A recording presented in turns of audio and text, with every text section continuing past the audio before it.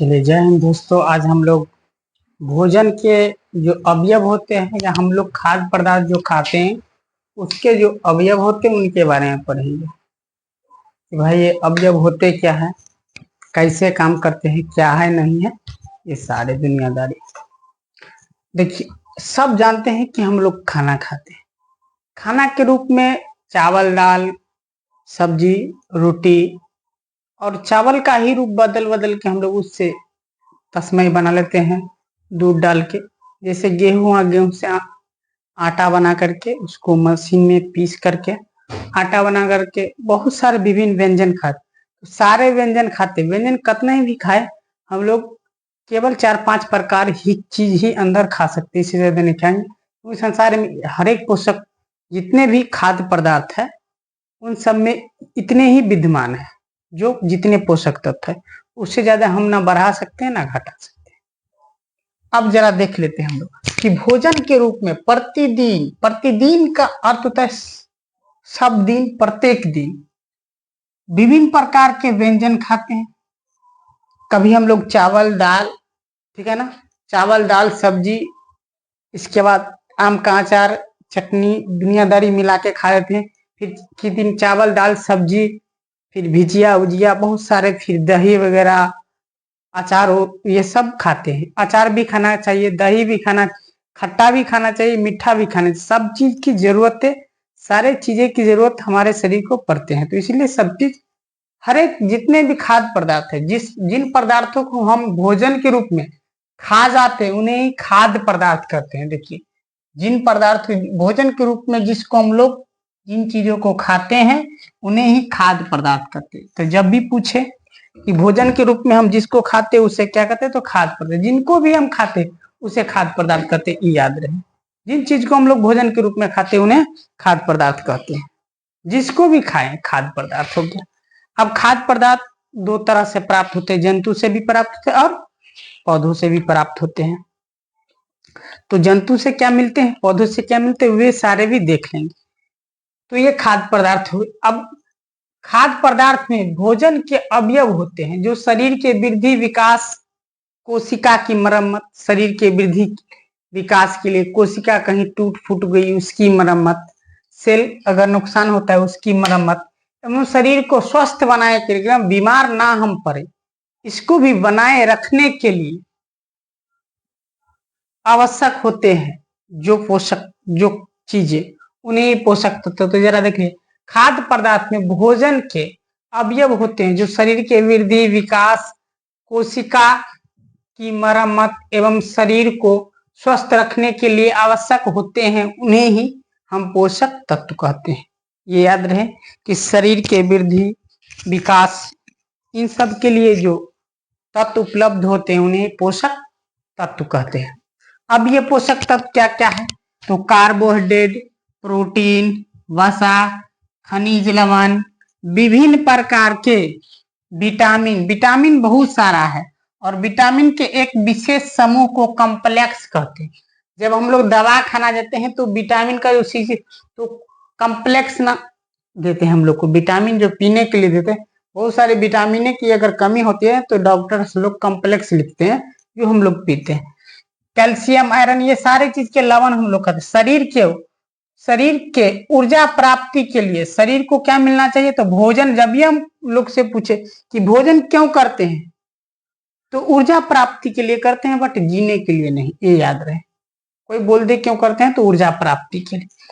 विभिन्न प्रकार के पोषक तत्व की आवश्यकता होती है शरीर को ऊर्जा के लिए। किस विभिन्न प्रकार पोषक तत्व से ऊर्जा, विभिन्न सारे पोषक तत्व से ऊर्जा मिलती है, सब मिल के ऊर्जा देते हैं। सभी पोषक तत्व से ऊर्जा मिलते हैं शरीर को।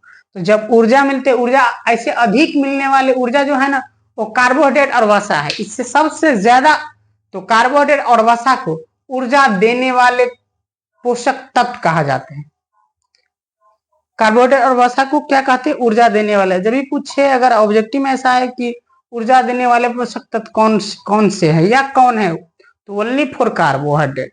अगर कौन कौन से है तो दो ऑप्शन रहेगा, कार्बोहाइड्रेट वसा, तो कार्बोहाइड्रेट वसा में लगेगा। ये पूछे कि भोजन हम लोग क्यों करते हैं, तो वो शरीर को ऊर्जा प्राप्ति के लिए, बट जीने के लिए तो हम लोग सांस लेते हैं। ये पोषक तत्व खाद्य पदार्थ, जितने भी पोषक तत्व की आवश्यकता है, ये पोषक तत्व किससे मिलते हैं? खाद्य पदार्थ से मिलते हैं। तो भोजन से ऊर्जा मिलते हैं, ये याद रहे। एक लाइन लिख दें कि भोजन से क्या ऊर्जा प्राप्त करके शारीरिक जितनी जैविक क्रियाएं होती हैं वो सारी जैविक क्रियाएं संपन्न होती हैं। यदि शरीर में ऊर्जा नहीं रहेगा, ताकत नहीं रहेगी, तो हमारा शरीर सारी जैविक क्रियाएं नहीं कर पाएगी। ये समझ के अब ये खाद्य पदार्थ के जो स्रोत होते हैं वे दो होते हैं, एक पोषक, एक जंतु से, एक पादप से। तो हम लोग देख लेते हैं जंतु से क्या क्या मिलते हैं और पादप से क्या क्या मिलते हैं।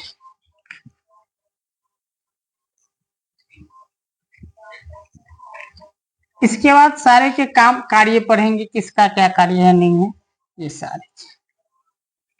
खाद्य पदार्थ के जो दो स्रोत है ना, वे स्रोत हम लोग देख लेते हैं। दो स्रोत है खाद्य पदार्थ की, भारी मात्रा में दो खाद्य पदार्थ के दो स्रोत हैं। यहां देखिए, खाद्य पदार्थ के स्रोत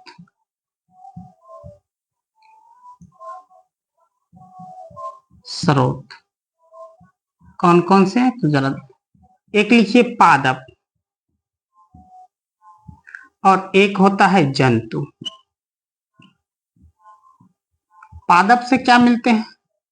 तो पादप से विभिन्न प्रकार के चावल, दाल, गेहूं, तो सीधे लिख दीजिए विभिन्न प्रकार के अनाज, विभिन्न प्रकार के अनाज,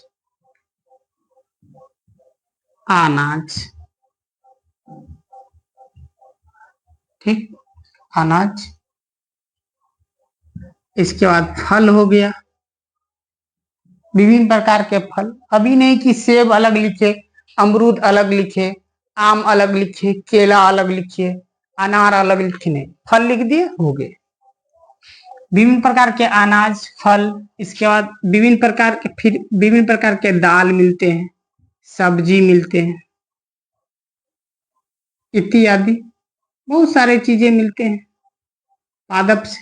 सारे चीज तो पादप, अधिकतर तो खाद्य पदार्थ पादप से ही मिलते हैं। अब जंतु से क्या मिलते हैं वो जरा रख लेते हैं। मांस, मछली, दूध,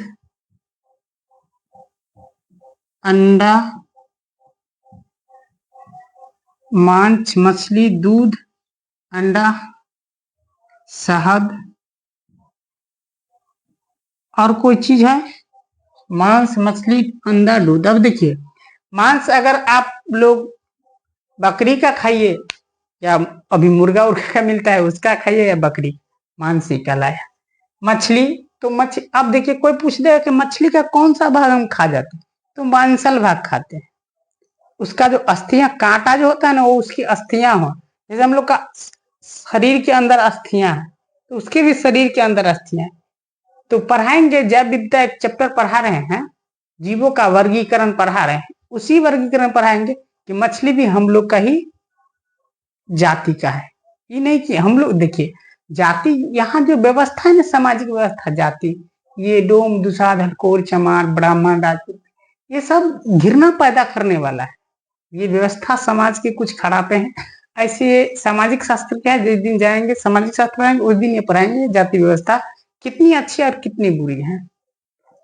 मांस हो गया, मछली हो गया, दूध हो गया। अब दूध में ये मतलब क्या कि दही, दूध से ही दही बनती है, पनीर दूध से ही प्राप्त होते हैं, सारा चीज तो दूध लिख दिए तो हो गया। अंडा भी मिलते हैं, शहद भी मिलते हैं, जिसको मौध हम लोग कहते हैं, तो शहद भी जंतु से ही मिलते हैं, क्योंकि मधुमक्खी क्या है, जंतु है, तो जंतु से।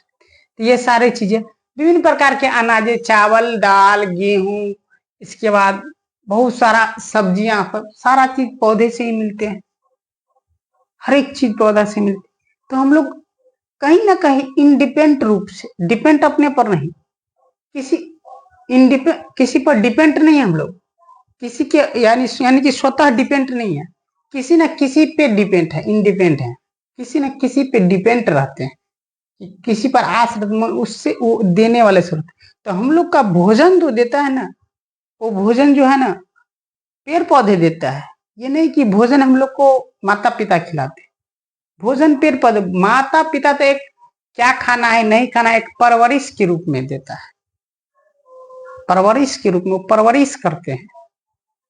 और भोजन देते तो है पेड़ पौधे, प्राकृतिक नेचर से प्राप्त होते हैं हमको, और नेचर को समझना बड़ा मुश्किल है। नेचर को हम आप क्या कितना समझिएगा, कितना जानिएगा, जितना जानिएगा उतना लगेगा कि हम कम जानते हैं, और जितना कम जानिएगा उतना लगेगा हम ज्यादा जानते हैं।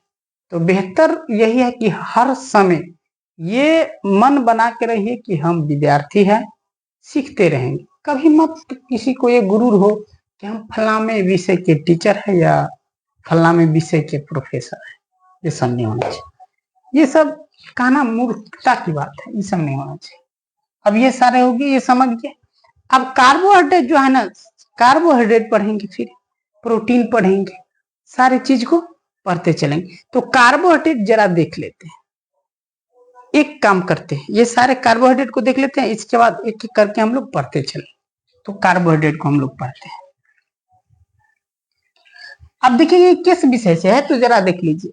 अगर कोई पढ़ते होंगे आप लोग आईए में और बीए करते होंगे, तो इन सब में एक विषय आता है होम साइंस, होम साइंस। तो ये होम साइंस की बात है। ऐसे 10वां से नीचे का आएगा तो आप लोग को विज्ञान की बात है, इससे ऊपर जब जाएगा तो ये होम साइंस की, ये जरा देख लीजिएगा। और साइकोलॉजी में भी कहीं कहीं इनकी चर्चे आ जाती है, खाने के बारे में कि क्या क्या खाना हो, इसमें तो कुछ और बात है।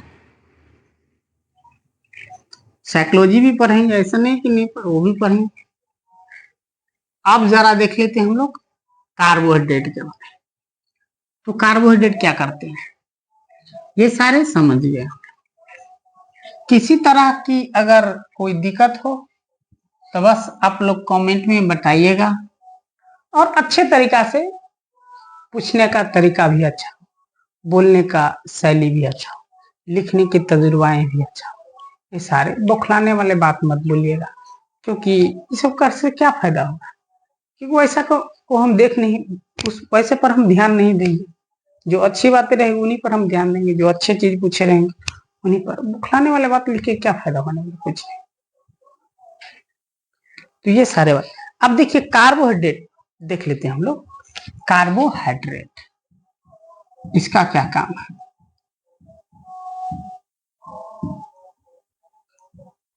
कार्बोहाइड्रेट, तो देखिए कार्बोहाइड्रेट में क्या क्या होता है, हाइड्रोजन होता है, हाइड्रोजन, कार्बन, ऑक्सीजन, ये तीन चीज होते हैं कार्बोहाइड्रेट पोषक तत्व। क्या क्या होते हैं, हाइड्रोजन, कार्बन, ऑक्सीजन, ये होते हैं तीन चीज कार्बोहाइड्रेट में। ये निश्चित अनुपात में इसका रेशियो जो रहता है एकदम निश्चित फिक्स रहता है, और ये शर्करा होते हैं, ठीक है ना। एचारमेंट सेलुलोज सामान्य रूप से रहते हैं। अब शर्करा कैसा होता है, तो वह स्वाद में मीठा होता है। सेलुलोज शर्करा सेलुलोज का जो सरलतम रूप है वो शर्करा है। सेलुलोज का सरलतम रूप को शर्करा कहते हैं हम लोग, और ये शरीर में आसानी से पच जाते हैं, पचने में कोई दिक्कतियां नहीं होते हैं। और इनका काम क्या है ये जरा, कार्बोहाइड्रेट ये समझ लिए क्या है। कार्बोहाइड्रेट क्या है, हाइड्रोजन, कार्बन, ऑक्सीजन का ये इसमें रहता है, और ये निश्चित अनुपात में रहता है। और ये सेलुलोज स्टार्च मंच या तथा सेलुलोज कार्बोहाइड्रेट के सामान्य प्रकार है। स्टार्च सेलुलोज कार्बोहाइड्रेट के प्रकार है, ठीक। और कार्बोहाइड्रेट के सरलतम जो रूप है वो सेलुलोज है। सरलतम रूप क्या है, कार्बोहाइड्रेट के सरलतम रूप ग्लूकोज है, ग्लूकोज, जिसका ये ग्लूकोज का रासायनिक सूत्र क्या होता है, C6H12O6, ये होता है ग्लूकोज का रासायनिक सूत्र, C6H12O6 ये होते हैं। अब चीनी क्या कहिए, तो चीनी जिसको शर्करा मतलब चीनी होता है, तो देखो C12H22O11 ये होता है चीनी शर्करा का। तो कहेगा कि किसी को अगर ग्लूकोज खाना था भाई इसके दुगुना है, तो यही क्यों ना फाँक लेंगे चीनी, ग्लूकोज का काम कर देगा? नहीं, ऐसा नहीं हो सकता। चलिए अब इसका कार्य क्या है, इसके कार्य हम लोग देख लेते हैं। काम क्या करता है, ये काम क्या करता है ये जरा समझते। ये शरीर को ऊर्जा देते हैं, इसीलिए इसे ऊर्जा देने वाले कहा जाता है। आवश्यकता से अधिक अगर हम लोग इसका सेवन कर लेंगे तो ये संचित कर लेते हैं अपने शरीर, यानी कि सेल इसको क्या करते हैं, संचित करके रख लेते हैं। और जब जरूरत संचित जो करते हैं ग्लाइकोजन संचित करके रखे। यह जंतु के देखिए संचित करते हैं तो संचित कर लेते हैं। पहला तो ये देखिए क्या करते हैं, ऊर्जा देते हैं शरीर को। क्या करते हैं, ऊर्जा देते हैं। ऊर्जा देते हैं किसको, तो शरीर को, शरीर को ऊर्जा देते हैं। इसके बाद ये क्या करते हैं, आवश्यकता से अगर अधिक हम लोग कर लेंगे तो जंतु में देखिए, जंतु में जो है ग्लाइकोजन के रूप में संचित होता है। ग्लाइकोजन के रूप में संचित होता है किसमें, जंतु में। और पादप में जो है ना, पादप में स्टार्च के रूप में संचित होते हैं। किसके रूप में, स्टार्च के रूप, स्टार्च यानी कि इसको मंड कहते हैं। इसके रूप में जंतु में संचित होते हैं। पादप में स्टार्च के रूप में, जंतु में ग्लाइकोजन के रूप में। ये ग्लाइकोजन के रूप में संचित हो जाते हैं। और ये धीरे धीरे जब जैसे हम कोई उपवास कर लेता है और हुमस के ख्याल रहता है, कार्बोहाइड्रेट और वसा वाला भोजन, तो उसको भर दिन भूख नहीं लगता है। तो कहते अरे बाप रे बाप, कितना भगवान का कृपा था कि सॉरी, भगवान उपान का कृपा उतना ज्यादा नहीं रहता है। सो रहा था तो सहा हुआ आदमी जो उपास करता है भगवान को मर भी नहीं करता, क्यों मर जाता है, यही इसी का कृपा रहता है। कार्बोहाइड्रेट का जो अधिक मात्रा में खाएं संचित है, ये धीरे धीरे ऊर्जा दे रहा है शरीर के लिए, भाग काम कर जल्दी जल्दी। और जब ये ऊर्जा देना बंद, ये बताएंगे ऊर्जा कैसे से शोषण लेते हैं, फिर एटी इसमें ग्लूकोज जाके टूटते हैं, बहुत बड़ा प्रोसेस से होकर के गुजरते हैं, तब शरीर को ऐसे धर ले थोड़ी ऊर्जा मिल जाता है, तब ऊर्जा मिलते हैं। और एटीपी के रूप में हमारे सेल के अंदर 36 एटीपी ऊर्जा जाते हैं। और 34 एटीपी ऊर्जा जो है ना हमारे शरीर के अंदर काम करते हैं। सेल के अंदर 36 एटीपी रहते हैं। जब धकेलने में 2 एटीपी, सेल से बाहर जो ऊर्जा धकेलते हैं ना, वो 2 एटीपी खर्चा हो जाती है। तो 34 एटीपी, शायद 32 एटीपी, अभी कंफर्म नहीं है, 36 या 34, 36 बनते हैं या 34 या 32 एटीपी हमारे शरीर के अंदर ऊर्जा निकलते हैं। एडेनोट्राइफॉस्फेट ऊर्जा मापने की इकाई को कहा जाता है, एडेनोट्राइफॉस्फेट एटीपी। ये ऊर्जा मिलते हैं जब भोजन करते हैं, फिर उसको पचा, शोषण के द्वारा उसमें क्या मिला, ऑक्सीजन मिला, फिर ये ब्लड में घुला, हार्ट में गया, फिर पूरा दिन, ऐसे करके ऊर्जा शरीर में मिलता है। ऐसे थोड़ी ऊर्जा मिल रही है एक के बाद। अच्छा थोड़ी है कि पानी की तरह कहीं रख दो और बह जाएगा, तो एक जगह से दूसरी जगह चला जाएगा, सो नहीं होता है। बड़ा लंबा प्रोसेस के बाद ये प्रोसेस पढ़ेंगे कभी, जैविक प्रक्रिया जिस दिन पढ़ेंगे ना उस दिन। तो ये था क्या पढ़े है, कार्बोहाइड्रेट में क्या आता है, कार्बन, हाइड्रोजन, ऑक्सीजन, ये रहते हैं। और ये सरलतम रूप में ग्लूकोज के रूप में रहते हैं। कार्बोहाइड्रेट के सरलतम रूप को ग्लूकोज कहते हैं। ग्लूकोज का अनुसूत्र C6H12O6। ठीक, अब चलिए इसका कार्य देते हैं, ऊर्जा देते हैं किसको, तो शरीर को। शरीर से किस, सेल को, इसमें किसको ऊर्जा देते हैं, लिख दिए सेल को ऊर्जा देते हैं। ठीक है, नहीं तो शरीर को रहने दीजिए, नहीं तो बाप ने बहुत। अब जंतु देखिए, जंतु में जो ये संचित होता है क्या काम, अगर आवश्यकता से अधिक हो जाएंगे संचित, तो समय समय पर ऊर्जा देने के काम करते हैं। ये क्या करते हैं, ग्लाइकोजन के रूप में संचित हो जाता है और धीरे धीरे ये निकलते रहते हैं। जब ऊर्जा हम लोग भोजन नहीं खाते हैं तब ये देते, निकल के खर्चा होते हैं। पादप में स्टार्च के रूप में मंड के रूप। तो अब तक के लिए इतना ही। अगले दिन अगले प्रोटीन से लेके आएंगे सारे पोषक। प्रोटीन से पहले एक चीज हम जांच करेंगे, कोई चीज को कैसे, ये विधि बताएंगे। इसके बाद हम प्रोटीन किस किस में पाए जाते हैं। अब जरा कि कार्बोहाइड्रेट के स्रोत जो क्या क्या होते हैं, तो कार्बोहाइड्रेट के स्रोत क्या क्या होते हुए देख लीजिए। कार्बोहाइड्रेट के स्रोत कौन कौन खाद्य पदार्थ में कार्बोहाइड्रेट पाए जाते हैं, तो आलू में, शकरकंद में, चावल, गेहूं, आलू, शकरकंद, चावल, गेहूं, मकई, बजरा, याद रहे, आलू, गेहूं, चावल, मकई, बजरा, इन सब में क्या पाया जाता है, कार्बोहाइड्रेट पाया जाता है। इसलिए इन सब का भोजन अनिवार्य है। मकई भी खाना चाहिए। मकई का लोग रोटी भी खा लेते हैं बना करके। बाजरा का भी रोटी खाते हैं। बाजरा का रोटी हम लोग इन्हें राजस्थान तरफ बाजरा का रोटी बहुत ज्यादा प्रचलित है।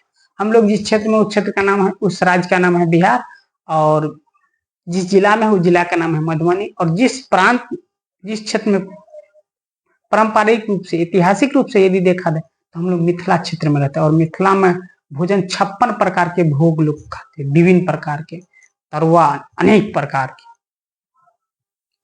प्रकार के चावल दाल रहेगा, इसके बाद तरुआ अनेक प्रकार के रहेंगे। गिनती करना भूल जाते हैं कितना कि कई गो तरुआ बनल है, इतना रहता है। ये सारे हम लोग को मिथिला क्षेत्र में आप सबका, हम सब लोग खाते हैं। लेकिन हम लोग जिस क्षेत्र में, वो मिथिला क्षेत्र आते हैं, याद रहे ये क्षेत्र बहुत पावन है, बहुत अच्छा है। हर देश का अपना अपना क्षेत्र बहुत पावन, बहुत अच्छा रहता है। ये नहीं कि हमारा मिथिला क्षेत्र अच्छा है तो गुजरात का क्षेत्र खराब है, या तमिल का क्षेत्र खराब है, या राजस्थान का, वो भी अपने कल्चर के लिए अच्छा है, हमारा भी अच्छा है। तब तक के लिए जय हिंद, जय भारत, जय मिथिला।